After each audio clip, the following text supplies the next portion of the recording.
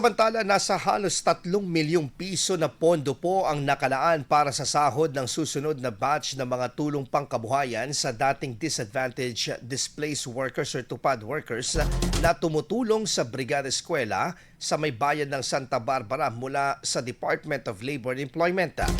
Formal na tinurnover ng DOLE ang checking nagkakahalaga ng 2,989,600 pesos sa pamahalang bayan ng Santa Barbara.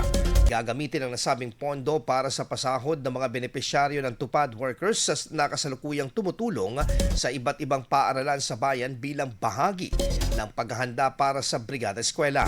Sa pamamagitan ng programa, hindi lamang natutulungan ang mga paaralan sa kanilang mga gawaing paglilinis, pagkukumpuni at pagsasaayos sa mga pasilidad, kundi nabibigyan din ng pansamantalang hanap buhay ang mga kwalipikadong residente.